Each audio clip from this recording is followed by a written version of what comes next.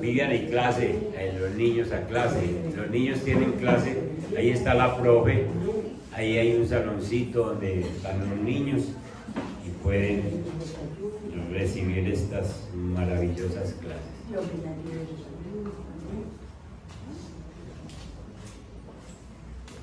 Esa sí es fiel en la clase, va a ser el reemplazo de nosotros. Vaya, hermano, eso, Camila. Gloria a Dios. Entonces, la temática de este mes tiene que ver con que nosotros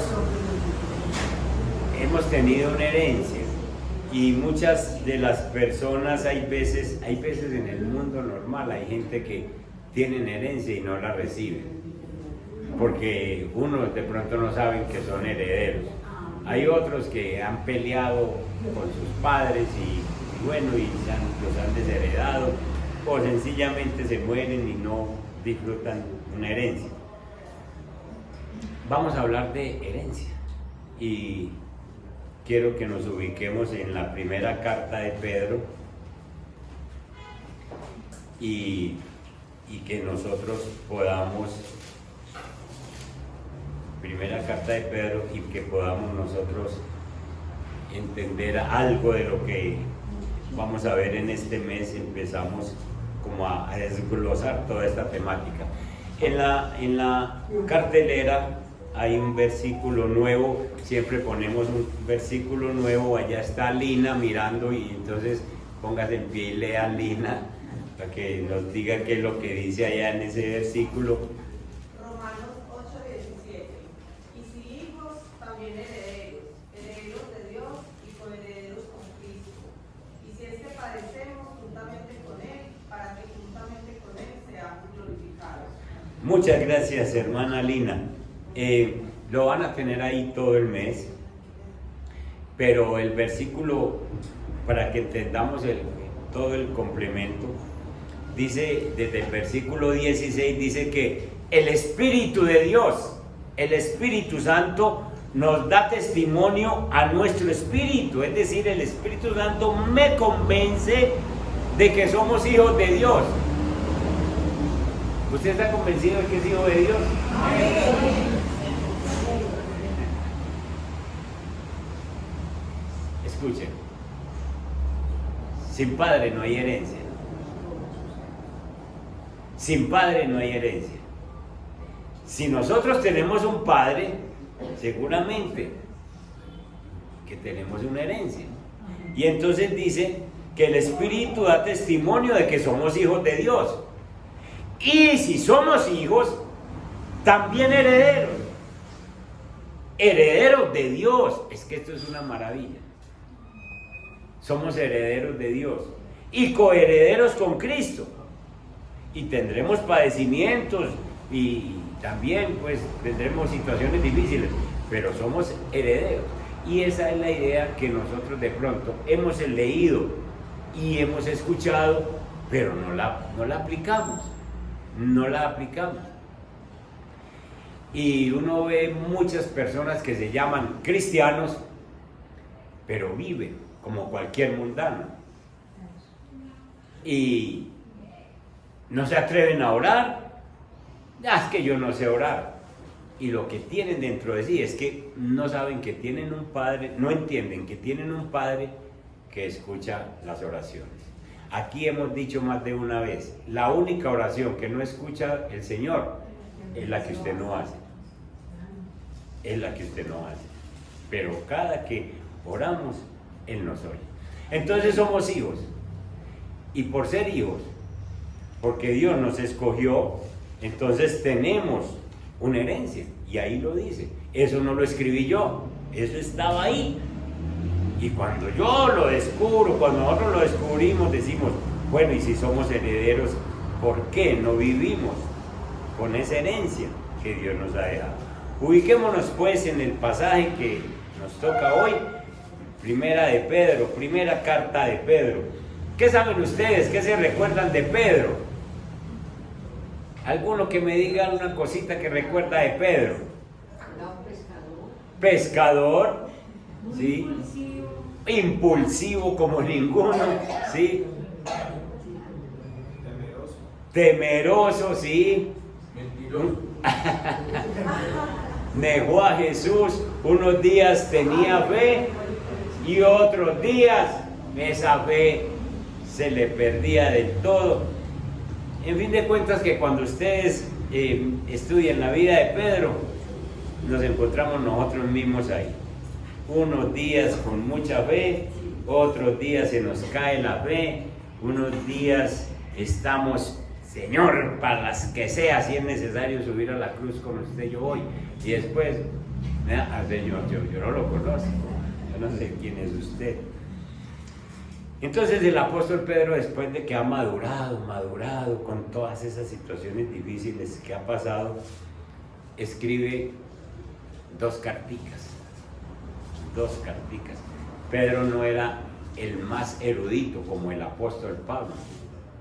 Él era un pescador, era del vulgo, dice la Biblia.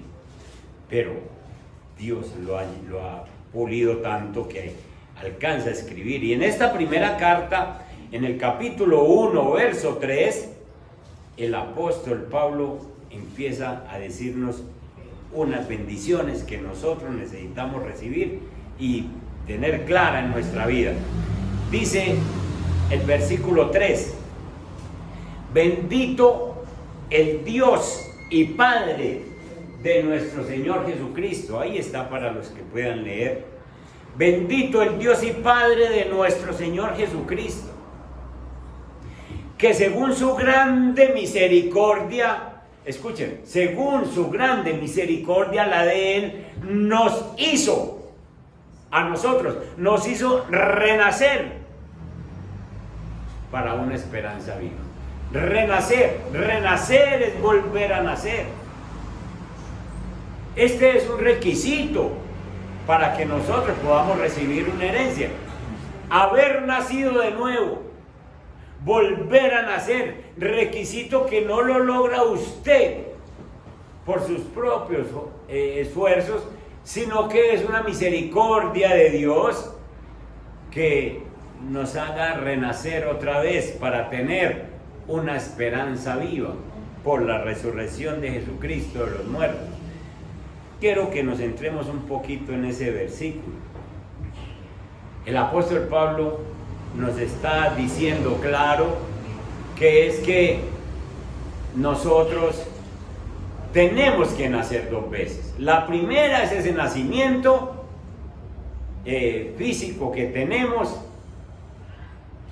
pero ninguna persona que se quede con el primer nacimiento tiene un Padre en los cielos. Para tener un Padre en los cielos hay que nacer por segunda vez. Hay que volver a nacer. Y ese es un milagro que solamente nuestro Señor Jesús puede hacer por nosotros. Remítanse un momentico a Juan, al Evangelio de Juan, en el capítulo 1.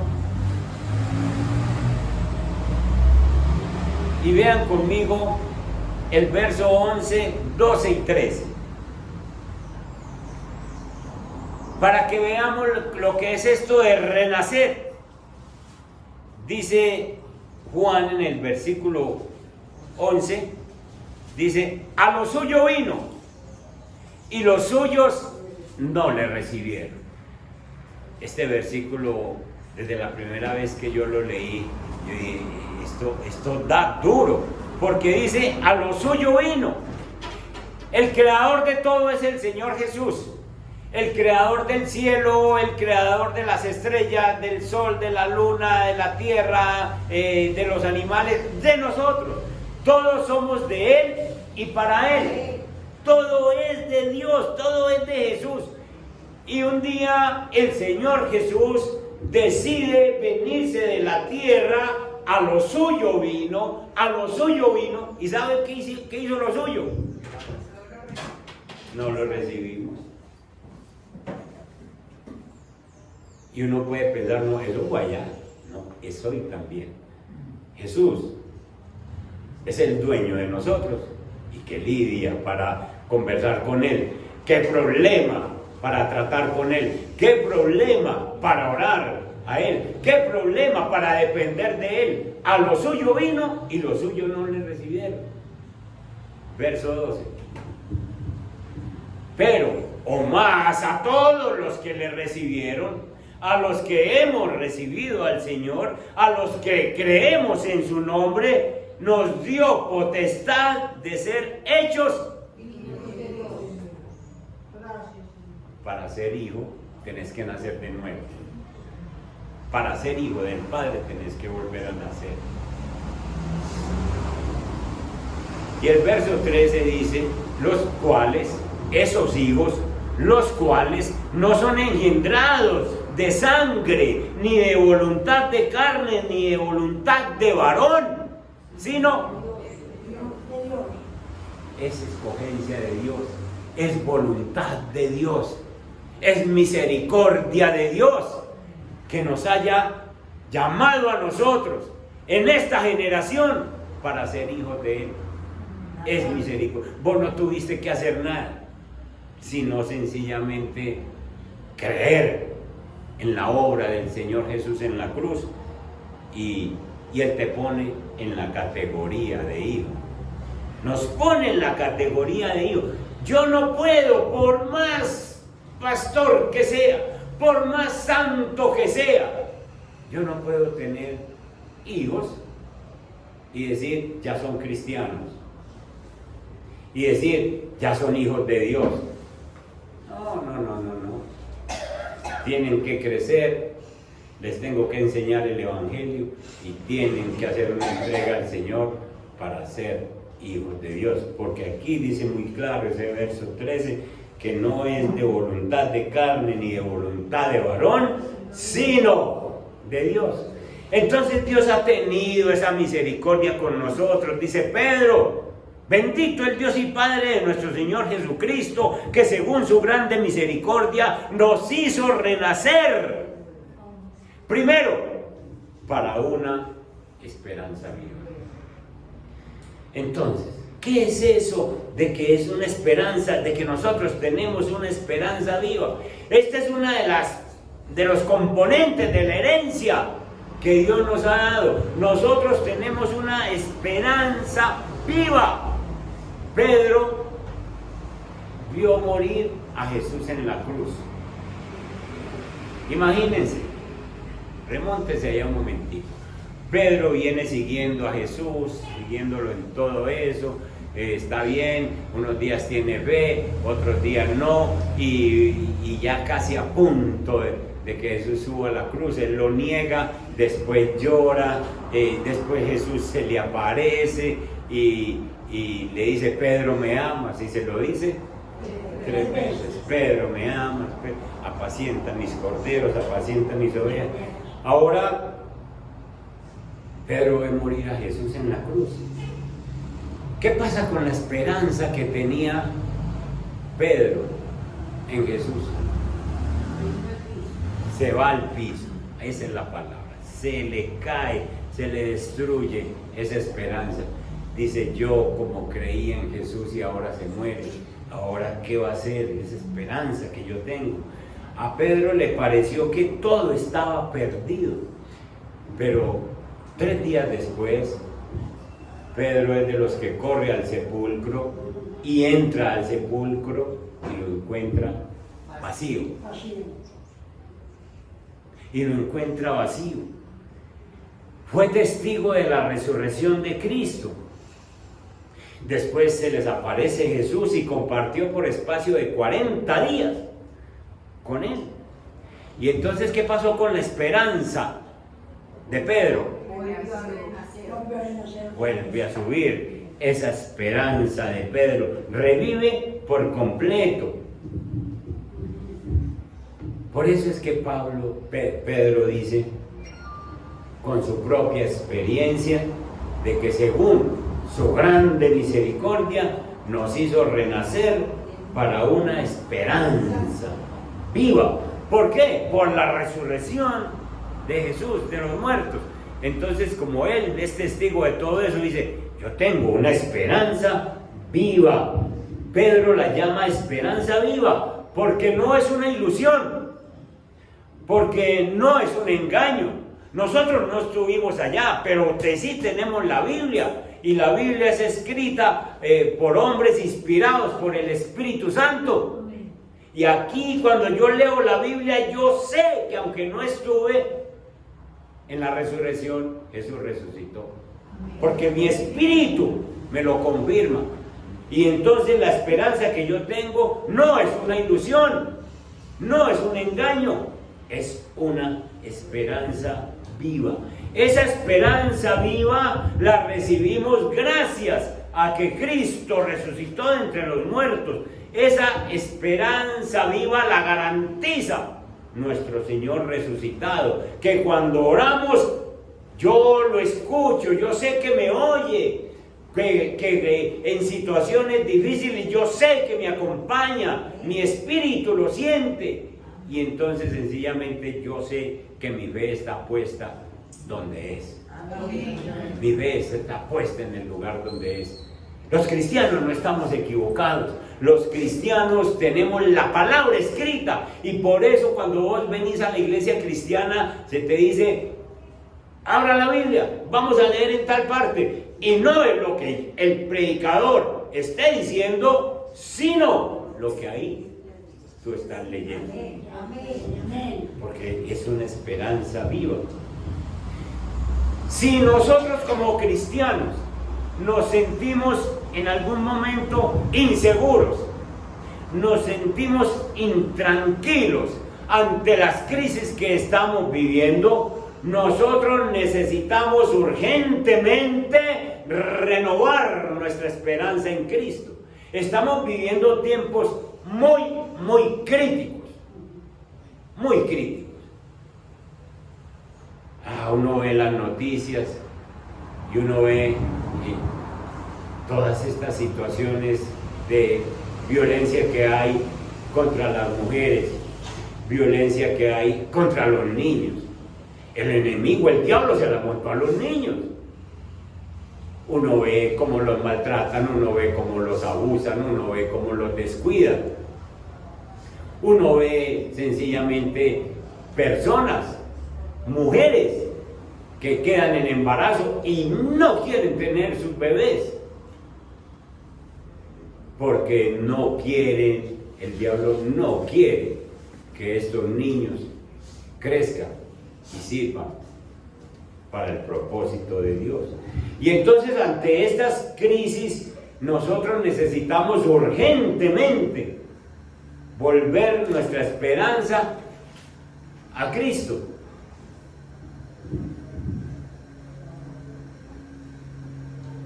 No hay situaciones desesperadas, lo que hay son personas que han caído en la desesperación, porque Cristo es capaz, es poderoso para resolver cualquier situación, pero las personas tenemos que buscar a que verdaderamente nos ayude. En la esperanza cristiana, la esperanza de los cristianos, que nadie puede apagar, que nadie puede quitar, es la convicción de que nuestro Dios está vivo. Si vos tenés la convicción de que tu Señor está vivo, sencillamente tenés la esperanza de que Él te saca de ese problema. Nadie está sin esperanza mientras exista la gracia de Jesucristo. Nadie está sin esperanza. Y no hay situación desesperada mientras existe el poder de Dios. La situación se pone muy crítica, muy desesperada, pero Dios está por encima de esa situación y Dios la resuelve. Por eso es que leamos en Romanos capítulo 15. Miren ustedes un versículo donde el apóstol Pablo nos invita a que el Dios de esperanza, 15:13, dice el versículo: y el Dios de esperanza os llene ¿de qué? De todo gozo y paz en el creer, para que abundéis en esperanza por el poder del Espíritu Santo. Y el Dios de esperanza os llene de todo gozo y paz. El apóstol Pablo conocía que su Dios estaba vivo y que en situaciones críticas nosotros necesitamos poner nuestra esperanza en el Dios que está vivo. Entonces, una de las herencias que Dios nos ha dejado es que tenemos una esperanza viva, no es una ilusión, no es un engaño, no es una mentira, no es una fantasía. Usted y yo tenemos una esperanza viva. Hay madres solteras que ponen su esperanza en encontrar un hombre que les ayude a vivir el resto de sus días y les ayude con la situación económica. Hay hombres solteros que su esperanza la ponen en: ojalá me encuentre una mujer que me acompañe el resto de mi vida. En otros países hay personas indocumentadas que la esperanza está puesta en que el gobierno de alguna manera emita una ley, declare una ley donde les dé documentos y no tengan que estar allí como ilegales. Hay padres que ponen la esperanza en sus hijos, que lleguen a ser profesionales, a ver si se nos cambia esta situación. Hay emprendedores de negocios que ponen su esperanza en el negocio y sencillamente dicen: ojalá voy a trabajar las horas que sean a ver si este negocio prospera. Hay personas que ponen su esperanza en el dinero. Tengo una platica y ahí con eso, esa es mi esperanza. Hay otros que ponen su esperanza en el título universitario, en una promoción en el lugar de trabajo. Ojalá que algún día se jubile aquel, a ver si me suben a ese puestecito. Hay otros muy enfermos que ponen su esperanza en un médico y dicen: ese médico, ojalá viniera tal eminencia, que llegara aquí a la ciudad y que pudiera atender a mi esposa, a mis hijos. Hay otros cristianos que ponen su esperanza en la iglesia y dicen: ay, ¿cuándo será que encuentre una iglesia que me valore? Una iglesia donde se me tenga en cuenta. Todo esto es poner la esperanza como en cosas que son flojas. ¿En quién tienes puesta tu esperanza? O cambiemos la pregunta: ¿en quién es que debes poner tu esperanza? En Cristo. Es una esperanza viva. Es una esperanza viva. Es una herencia que tenemos. ¿Y por qué no la estamos aplicando? ¿Por qué la estamos poniendo la esperanza aquí, la esperanza allá, la esperanza allí, la esperanza en tal cosa? ¿Por qué no coge esa esperanza y la pone en lo que el Señor le dijo en la palabra? Bendito sea el Dios y Padre de nuestro Señor Jesucristo, que según su grande misericordia nos hizo renacer para una esperanza viva. Me hizo renacer para que mi esperanza siempre esté puesta en Dios. Dicen que una vez un hombre que estaba,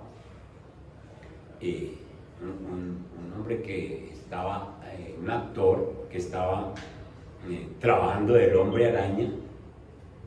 Él era escalador y se subía por muros, por edificios, un buen escalador. Y un día, en uno de esos entrenamientos, vio algo como muy tupido, de lo cual podía agarrar, y pegó un salto y se agarró, y era una telaraña tupida. Porque se agarró de una ilusión, de un engaño, de una mentira. La esperanza de nosotros no es un engaño, no es un engaño. El rey David lo dejó escrito de esta manera. Vayan al 39, el Salmo 39, y busquen el verso 7. Salmo 39, verso 7. El rey David, en medio de una crisis difícil de su vida, exclama: y ahora, Señor, ¿qué esperaré? Y dice: mi esperanza está en ti. Mi esperanza está en ti. Líbrame de todas mis transgresiones, no me pongas por escarnio el insensato. Mi esperanza está en ti. ¿En quién tienes puesta tu esperanza? Y el escritor de Hebreos capítulo 6, el verso 19,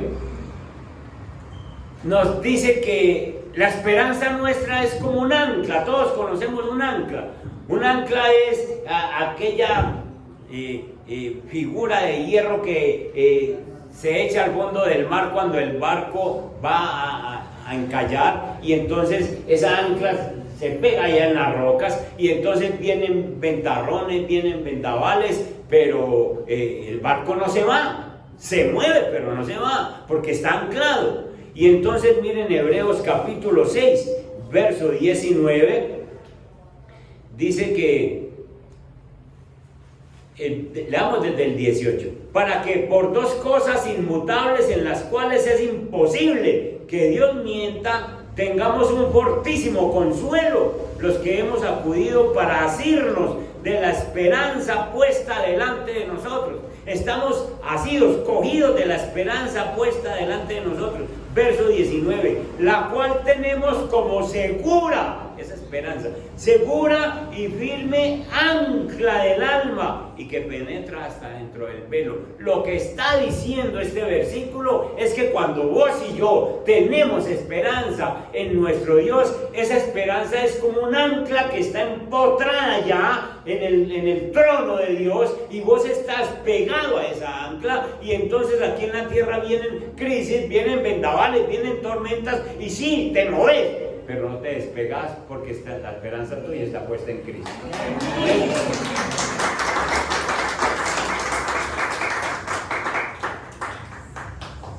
Segunda parte de la herencia, volvamos a Hebreo. La primera parte de la herencia es que tenemos una esperanza viva. Y como aplicación, antes de poner la esperanza en hombres, en situaciones, ponga su esperanza en Cristo. La segunda parte de la herencia, en Primera de Pedro, vamos en el versículo 4. El Señor nos hizo renacer primero para una esperanza viva. Segundo, verso 4, nos hizo renacer, nacer de nuevo, para una herencia incorruptible. Tenemos una herencia eterna. Somos herederos, tenemos una herencia eterna. Y tenemos una herencia incorruptible, incontaminada e inmarcesible, reservada en los cielos para nosotros. Pedro nos está animando a todos los creyentes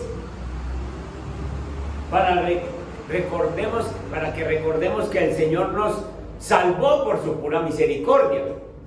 Él nos hizo nacer por su pura misericordia, y no solo para darnos una esperanza viva, sino que al adoptarnos como hijos nos ha hecho partícipes directos de una herencia eterna. Tal vez muchos de nosotros no tenemos la más mínima esperanza de una herencia terrenal. Papá pobre, una mamá pobre, una herencia terrenal. No, mi hijo, qué herencia. Pero al renacer, al nacer de nuevo, tenemos un Padre con una herencia eterna. Una herencia eterna. La Biblia dice que con Cristo nosotros tenemos una herencia eterna. El apóstol Pablo enseña en esa epístola a los romanos de que nuestro espíritu, el espíritu de nosotros, es tocado por el Espíritu Santo para enseñarnos que somos herederos. Volvamos a leer ese versículo, el 17, el capítulo 8 de Romanos, y el verso 16 y 17, que lo leímos al principio. Allí dice que el Espíritu mismo, ahora lo entendemos mejor, el Espíritu mismo, el Espíritu Santo, da testimonio a nuestro espíritu. Ustedes se imaginan, el Espíritu Santo convenciendo a mi espíritu de que somos hijos de Dios. Y si somos hijos, también somos herederos, herederos de Dios y coherederos con Cristo. Esto a mí me dio un choque al principio cuando trataba de entender estos versículos, porque es que yo dije, pues mi papá nunca nos dejó nada, ¿cierto? Entonces yo dije, no hay herencia, pero ahora resulto con un padre poderoso, con un padre riquísimo, con un padre soberano que me llama hijo y que me dice, yo te tengo herencia. Eso es maravilloso. Y entonces les aconsejo que se escuchen toda esta serie, porque es que vamos a hacer una lista de las cosas que heredamos. Recibimos la salvación, vos y yo tenemos el nombre nuestro apuntado en el libro de la vida para vivir eternamente con Cristo. El Señor nos llama hijos. El Señor nos ha dado el poder de su palabra, de que Él dice, yo soy tu pastor. Y conmigo como pastor, nada te faltará. Eso es una herencia. Y entonces uno empieza a pensar, uno se preocupa, sobre todo a principio de año, y cómo se va a poner esto, y cómo la cosa, ya me subieron el arriendo, ya me subieron y a dónde está pues la herencia, y a dónde está pues el papá, y a dónde está pues el pastor, que y se les olvidó eso, ¿qué? Y entonces uno se llena de afanes y de preocupaciones, pero es porque olvida la conexión que tiene con el Señor. Y por eso es que Pedro nos dice, ustedes son hijos, y por lo tanto tienen una herencia eterna. Una herencia eterna. Tenemos una herencia que nadie nos la quita. Tenemos una herencia que es igual para todos. En la tierra, cuando un papá deja una herencia, no a todos les toca igual.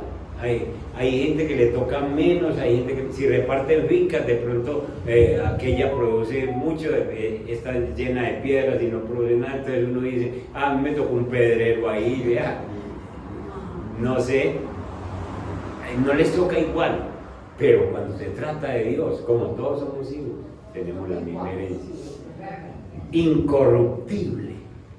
Dice Pedro, incorruptible quiere decir es que sencillamente no se corrompe. Aquí en la tierra, si usted le da una herencia y la guarda muchos años sin tocarla bajo el colchón, se le daña y le pudre. Esta es incorruptible, esta es incontaminada, no se daña. Esta es inmarcesible, inmarchitable, no se cambia. Y esta es garantizada. Dios no se muere, Dios no se va a poner más viejo, Dios tiene la herencia y nosotros la podemos disfrutar. Hay muchos cristianos, como dije al principio, hay muchos cristianos que no están disfrutando la herencia, no la disfrutan, no se remiten allá, Padre, tú me diste esto, tú me diste aquello, Señor, yo soy hijo, Señor. Yo les conté que tengo un amigo en Pasto, algún día les conté, y ese amigo, él estaba aquí en Medellín, en Itagüí, tenía iglesia aquí en Itagüí, pero por algunas razones de trabajo de sus hijos y su ministerio, lo mandaron a Pasto a abrir una obra, y entonces está allá en Ipiales, con una casita que consiguió alquilada y tratando de levantar la obra. Y entonces el hombre no tenía ni con qué echarle gasolina al carro. Los diezmos que entran a la iglesia, me escribió en el WhatsApp y me dijo: pastor, no pasan de 15,000 pesos. Yo no tengo con qué pagar arriendo, no tengo con qué comer. Y entonces me decía: mándeme ropita de frío, esa ropita que de esa. Y entonces yo le mandaba lo que podía. Estaba sufriendo duro, y una vez se desesperó, y entonces se paró en el patio, cogió la Biblia y se la mostró hacia el Señor, al cielo, y le dijo: Padre, a usted no se le da nada que digan por ahí la gente que se murió un hijo suyo de hambre.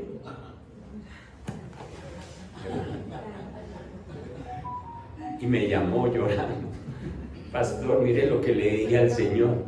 Y le dije: muy bien hecho, hermano. Muy bien hecho. ¿Y qué crees? No, que el Señor me escuchó.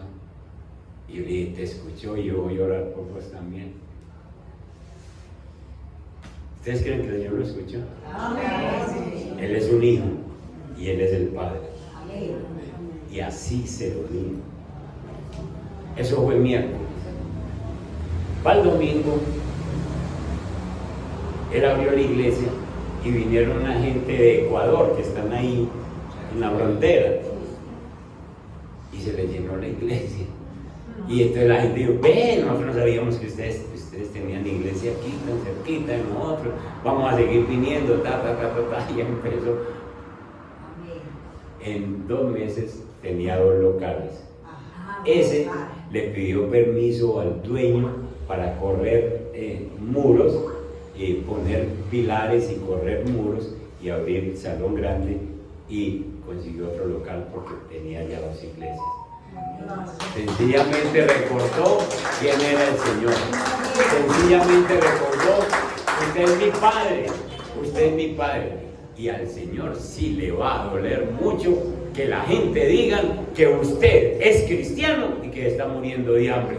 Al Señor sí le va a doler mucho, pero es cosa de nosotros recordarle y decirle: Señor, yo quiero ser obediente, yo quiero ser un hijo suyo, y yo sé que siendo hijo suyo usted no me deja padecer de nada. Amén. Tenemos una herencia incorruptible. Y tercera bendición que tenemos, en el mismo capítulo, dice que además de que tenemos una esperanza viva y tenemos una herencia incorruptible, el versículo 5 dice que tenemos una protección divina. Tenemos una protección divina. Dice que sois guardados por el poder de Dios mediante la fe, para alcanzar la salvación que está preparada para ser manifestada en el tiempo postrero. Eso habla de ese verbo guardar, es poner un guardia para que nos vigile en el tiempo cristiano, para que nos guarde, para que nos ayude, para que cuando nosotros vayamos a pecar, ese guardia nos diga: usted es cristiano mío. Cuidado con ese enredo. Quite esos ojos de ahí. Apague ese internet que está viendo lo que no debe ver. Que ese programa no es para usted. Dios nos guarda. Es una protección divina. Es que somos hijos. Igual que usted hace con un muchachito. No vea eso. Ese programa no es para usted. No se me meta por ahí. ¿Usted qué está haciendo ahí? Entonces, miren, la herencia está compuesta de una esperanza viva, de una herencia incorruptible y de una protección divina. Dios nos va protegiendo, Dios nos va cuidando. Si vos de verdad hiciste una oración de fe para decirle: Señor, tú eres mi Padre, Señor, yo soy tu Hijo, Señor, yo acepto el sacrificio de Jesucristo por mí, Señor, yo voy a vivir. Escuchen, toda persona que realmente hizo una oración en su corazón para recibir al Señor Jesús, esa persona se convierte en hijo y desde ese momento Dios lo guarda como hijo. Dios lo cuida, Dios lo protege, Dios le bendice, Dios le provee, porque es un hijo. Y entonces nosotros tenemos que entender, hermanos, entender que un nuevo nacimiento implica un cambio en la vida. Si vos me decís que naciste de nuevo hace 10 años, a vos se te tiene que notar el cambio. Lo tienen que notar en la casa, los hermanos, los familiares, el papá, la mamá, los que estén ahí, lo tienen que notar. Lo tienen que notar en el lugar de trabajo, lo tienen que notar en cualquier lugar en la sociedad donde vos estés. Veo, no eras tal persona. Sí. Escuchen, yo era un hombre que yo me mantenía en la plaza de Envigado. A mí me conocían mucho aquí en la plaza, porque yo tenía un negocio, un estadero en Sabaneta y yo surtía ahí, pero no surtía papas y yucas. Surtía aguardiente, cerveza y cigarrillo y todo eso. Y este hombre recibe a Cristo en su corazón, este que ustedes están viendo aquí. Recibe a Cristo en el corazón hace 30 años. Y entonces, como recibo a Cristo en el corazón, ese negocio se acaba. Como recibo a Cristo en el corazón, adquiero mi Biblia y empiezo a leer Biblia. Como recibo a Cristo en mi corazón, ya no me tomo una cerveza, ya no, nada de esas cosas.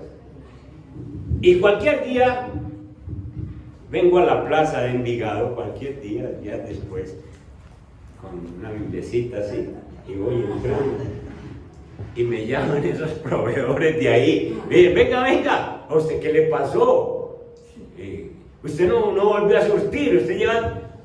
es que yo estoy leyendo Biblia, hermano, es que yo me convertí a Cristo.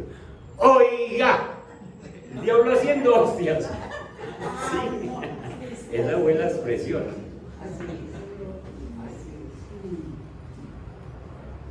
¿Qué pasó con ellos? ¿Estaban notando? Cambio. Venga, siéntese. Venga, que es que tomémonos alguna cosita. Hermanos, que yo ya no veo. Se nota el cambio. Escúchame.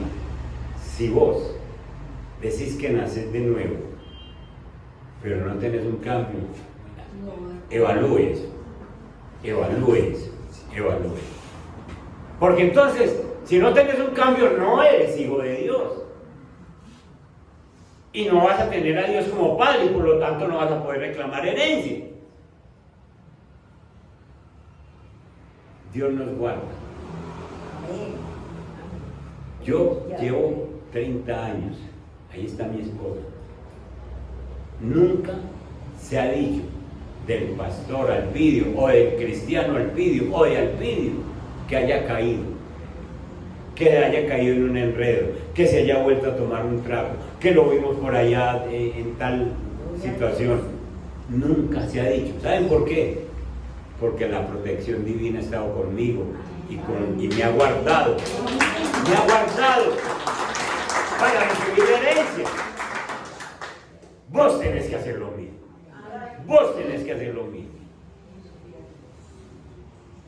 Los cristianos que caminan, caen, se levantan, caen, cuando se van a parar pues del todo. Cuando uno realmente es un verdadero cristiano, Dios lo guarda. Amén. Protección divina. Protección divina.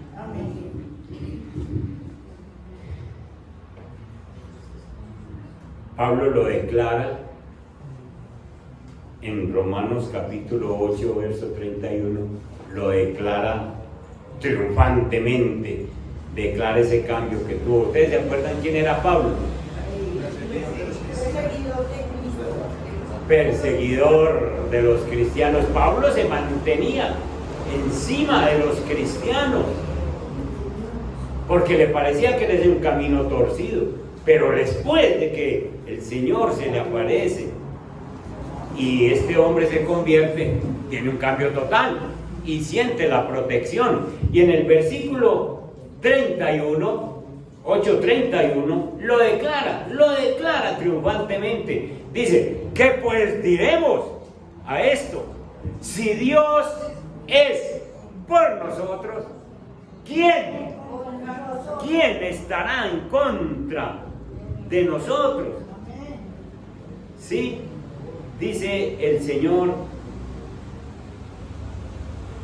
que si Él está contigo, ¿quién puede venir a hacerte daño? Miren, piensen en una manada de ovejas. Y hay un pastor. El pastor puede tener 80, 90 ovejas o más. Un pastor. Y viene el lobo. El lobo no va a atacar a una oveja que esté cerquita del pastor. El lobo va a atacar es aquella que está cerquita de la cerca, aquella que se brinca para allá, para el otro lado, aquella que viene el lobo y esta es mía. Pero el lobo nunca se va a acercar a la que está cerquita del pastor.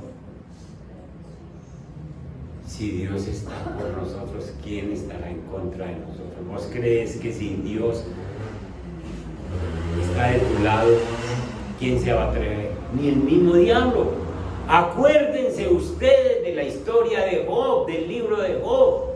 Job era un hombre recto, un hombre que caminaba, le era fiel a Dios. ¿Qué tuvo que hacer el diablo para tocar a Job? Pedir permiso.